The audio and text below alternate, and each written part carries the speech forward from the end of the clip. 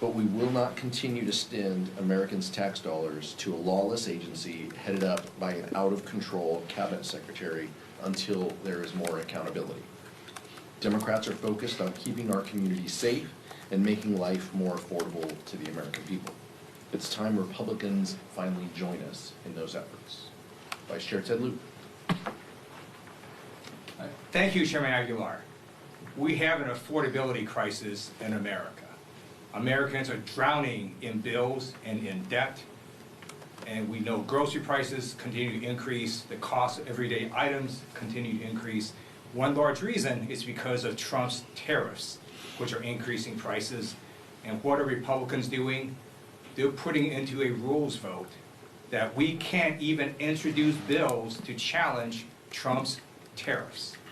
They're trying to silence members of Congress from even introducing bills to try to stop Trump's harmful tariffs.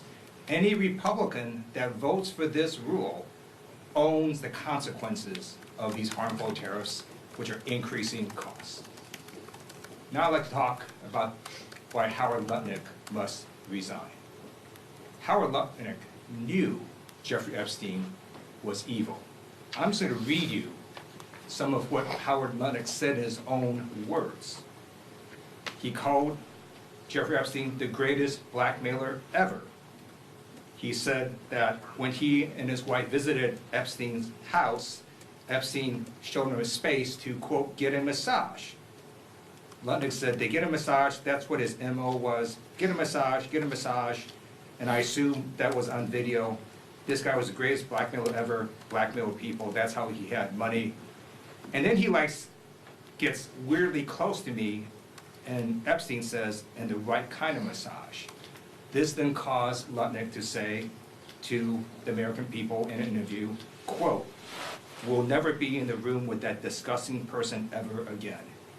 Well, guess what? The Epstein Files new release shows that not only did Howard Lutnick lie to American people, he went into business with Jeffrey Epstein. He visited Epstein Island. And Howard Lutnick did this knowing how evil Epstein was. Lutnick also lied to American people. And really the real reason he should resign, he's just like one of the most politically stupidest cabinet members I've ever seen. He knew this stuff was in the Epstein Files. And yet he goes and gives an interview where he makes up these lies knowing it's going to come back and hurt him. So he just got to resign for all those reasons. Questions? Ma'am. Thank you. Are you guys expecting full attendance this afternoon for the tariff rule vote? It looks like it's going to be pretty tight. That's a question for Whip Clark, but I'll tell you Democrats are energized to vote against this rule. We know what's at stake. As the Vice Chair mentioned, this is about affordability and making sure that we are standing on behalf of our constituents and pushing back against these incredible tariffs that are raising prices for everyday Americans. So that's what we're up against, and I expect Democrats to put nose up on the board, and we're encouraging members to show up when there are meaningful votes, and I would expect that to be the case today. Eric? What is the White House counteroffer on DHS? What are they willing to do, and what are they not willing to do? I haven't seen the letter, but it's not enough. That's what Leader Jeffries has indicated with Leader Schumer, and that we sent over not just the 10 requests, but legislative text as well. They sent over something that was incomplete and not enough. So that's where we are today, and I'll let the leader's office talk about the specifics. ICE and Border Patrol agents are not real police officers. And that's because real police officers are trained to de-escalate, not to escalate. Real police officers wear body cameras and not masks. And real police officers use judicial warrants and don't engage in racial profiling. We're just asking for ICE and Border Patrol to comply with the standards that real police officers comply with. Thanks, sir. The House DOJ Subcommittee is having its first hearing in a while tomorrow after Marjorie Taylor Greene resigned. Now Tim Burchett is the chair of that subcommittee. It's focusing on getting rid of duplicative federal programs. What is your assessment of the legacy of that subcommittee up to this point, and the legacy of DOJ overall? I think the American people will be the judge of that.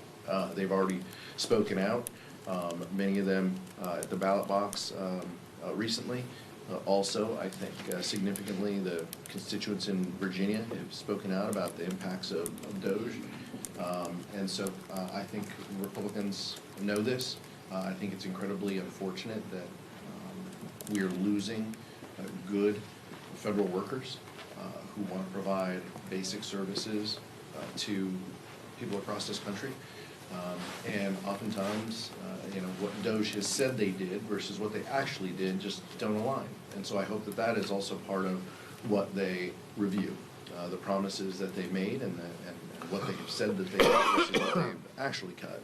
And time again, they've brought back people who they've cut because they realize the importance of those programs. But we're losing good federal workers as a result of this administration not honoring the work that they do and providing services to people across this country.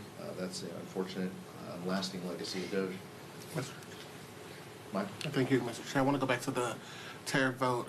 You all have been critical of Republicans who speak publicly about opposing a policy but then get on the floor and vote for that policy. Obviously, there's going to be some whipping in real time from the Republican side. Some of your colleagues, including Kevin Kiley, have said that they're going to vote against the rule, but again, they're going to be worked on the floor. What's your message to Republican colleagues who say that they oppose the rule but will be under pressure this afternoon to vote with the president who opposes you all being able to put disapproval resolutions on the floor and roll back those tariffs? Yeah, I agree completely with what the vice chair said. If you vote for the rule, you own these tariffs. And even worse than that, if you vote for this rule, you're trying to eliminate our ability to even discuss this. This is the people's house. If we want to discuss tariffs, if we want to discuss how to help people, if we want to discuss policies that the administration is engaged in that hurt people, we should be allowed to do that. This Republican majority set up DOJ subcommittees, and they set up, all these efforts to have the president's back. This is just another example of them doing that. Time and time again, we have seen our Republican colleagues say that they're going to oppose something.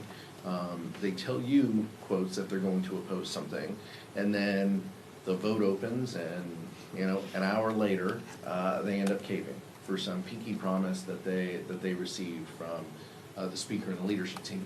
So this is their opportunity. Are they serious about talking about proposals that will lower the costs that people face? Or are they going to continue to hide behind excuses and to give the president their voting card, which so many of them did from the big ugly bill until now? They continue to give the president all of their voting power. Thank you, Mr. Chair. The House is expected to vote on the SAVE Act this week. Do you personally support the requirement to show an ID to vote in federal elections?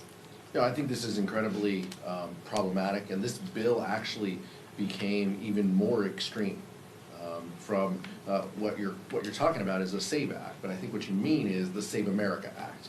The SAVE Act is what we talked about and what we voted on previously. The Save America Act is even a more draconian bill that Republicans introduced. And the kicker is that this would require all the voter roll data to be turned over to DHS. The American people are sick and tired of Kristi Noem and the Department of Homeland Security walking around with blank checks doing anything they want. The last thing they want is their voter information going over to DHS. So we'll be voting against the bill. This is not a bill that is serious in nature. This also requires, for those of us states, California, Washington, and others who have permanent vote by mail, this would require even more onerous steps. I think Catherine Clark and Teresa Leger Fernandez are also going to discuss some of the steps specific to women and how this will disenfranchise millions of women across this country as they try to exercise their franchise to vote. People having to do photocopies of their license and sticking them in their ballot when they mail them is just an added onerous step that is part of Republican strategy to suppress the vote. That's what they want, and that's what they continue to steer toward. Thank you, Mr. Chair. On a DHS CR, Republicans are really pushing that a shutdown would really only impact agencies like FEMA and TSA, the Coast Guard. I guess are Democrats still holding against at least a short-term CR for DHS to keep negotiations ongoing, or where do you stand on that? We're opposed to a short-term CR until the administration is serious about negotiations to curb the lawlessness that we see by ICE and CBP. So that's where we continue to be. We're willing to engage in strategies that protect other aspects of Homeland Security, Coast Guard, TSA, and FEMA, if our colleagues are willing to engage. But otherwise, this is a strategy that they own. They get to decide whether they want to shut down Homeland Security.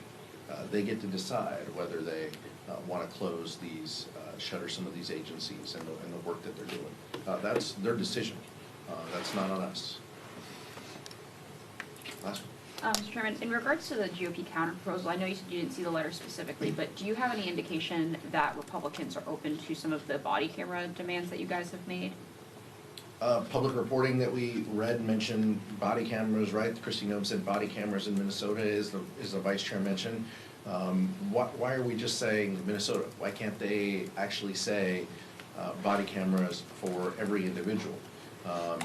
That doesn't make any sense. And the body cameras, by the way, are meaningless if they are funded but not operational. They're meaningless if they're funded but people aren't trained to turn them on. Or if officers turn them off as they walk into engaging with constituents and citizens. So that's the problem. This is a shallow, hollow proposal, and if it's serious, that's great.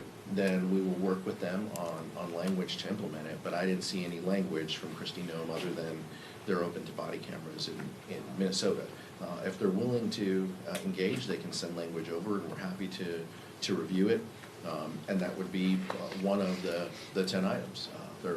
In that sense, they would be making progress, and then we can work on the other 9 items. Thank you. Good. I just want to add to that, again, we're just asking for ICE and Border Patrol to comply with the standards that real police officers comply with. And then back to your previous question, DHS, the Republicans could simply fund FEMA and Coast Guard and all the other agencies and go forward with that, and Democrats would in fact vote for that. It's just the Border Patrol and ICE funding. And so if Republicans choose to shut down, it's their choice to do it this way. And then let me say right after this, I'm going to go to the Department of Justice and look at the unredacted Epstein files. Other members of Congress have done that. There's going to be a hearing tomorrow with Attorney General Pam Bondi.